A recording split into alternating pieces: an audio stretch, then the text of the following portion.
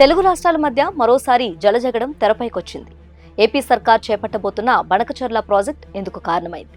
ఇదే విషయంపై బుధవారం అఖిలపక్ష భేటీని కూడా ఏర్పాటు చేసింది తెలంగాణ ప్రభుత్వం. ఇక గురువారం నాడు ఢిల్లీకి వెళ్లిన సీఎం రేవంత్ రెడ్డి, మంత్రి ఉత్తమ్ కుమార్ రెడ్డి, ఇతర అధికారులు కేంద్ర జలశక్తి మంత్రి సిఆర్ పటేల్తో భేటీ అయ్యారు. గోదావరి బనకచర్ల ప్రాజెక్టుపై ముఖ్యమంత్రి బృందం అభ్యంతరాలు తెలిపింది. బనకచర్ల విషయంలో ఏపీ ప్రభుత్వం ముందుకు వెళ్లకుండా కట్టడి చేయాలని కోరారు.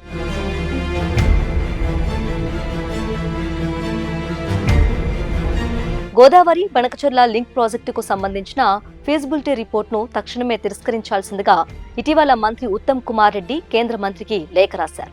ఆ ప్రాజెక్టుకు సంబంధించిన డీటెయిల్ ప్రాజెక్ట్ రిపోర్ట్ను తిరస్కరించడంతో పాటు పర్యావరణ అనుమతులు రద్దు చేయాలని, ఆ ప్రాజెక్ట్ టెండర్ల ప్రక్రియను కొనసాగించవద్దని లేఖలో తెలిపారు. ఇక ఇదే విషయంపై నేరుగా కేంద్ర మంత్రిని కలిసి విన్నవించారు సీఎం రేవంత్ రెడ్డి, మంత్రి ఉత్తమ్ కుమార్ రెడ్డి.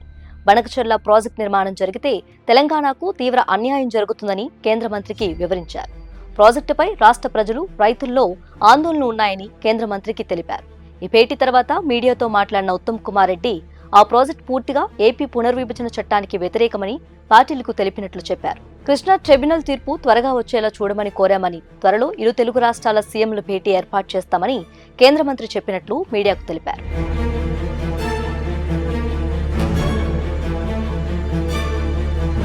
తెలంగాణలోని పలు ప్రాజెక్టులకు కేంద్రం నుంచి ఇంకా అనుమతులు లభించలేదని, ఏపీ ప్రాజెక్టులకే త్వరగా అనుమతులిస్తున్నారని చెప్పినట్లు తెలిపారు. మూసీ పునరుజ్జీవం ప్రాజెక్టుకు నిధులివ్వాలని కోరామని, రాష్ట్ర ప్రాజెక్టులకు నీటి కేటాయింపులు చేయాలని విజ్ఞప్తి చేసినట్లు ఉత్తమ్ కుమార్ రెడ్డి తెలిపారు. గోదావరి నీటిని ఏపీకి ఏకపక్షంగా మళ్లించడం వల్ల తెలంగాణకు నీటి లభ్యత తగ్గుతుందని, దీనివల్ల రాష్ట్రంలోని వ్యవసాయం, సాగునీటి ప్రాజెక్టులపై తీవ్ర ప్రభావం చూపుతుందని తెలంగాణ సర్కార్ అంటుంది. ఇక భద్రాచలం, మనుగూరు వంటి ప్రాంతాల్లో ముప్పు సమస్యలు తలెత్తే అవకాశం ఉందని, చంద్రబాబు ప్రభుత్వం తమకు కనీస సమాచారం లేకుండానే ప్రాజెక్టుకు సంబంధించి డీపీఆర్ను సిడబ్ల్యూసీకి పంపారని చెబుతుంది. ఎట్టి పరిస్థితుల్లో పోలవరం, బనకచర్ల ప్రాజెక్టుకు అనుమతులు ఇవ్వొద్దని సీఎం రేవంత్ బృందం కేంద్ర జలశక్తి మంత్రి సిఆర్ పాటిల్ను కోరినట్లుగా తెలుస్తోంది.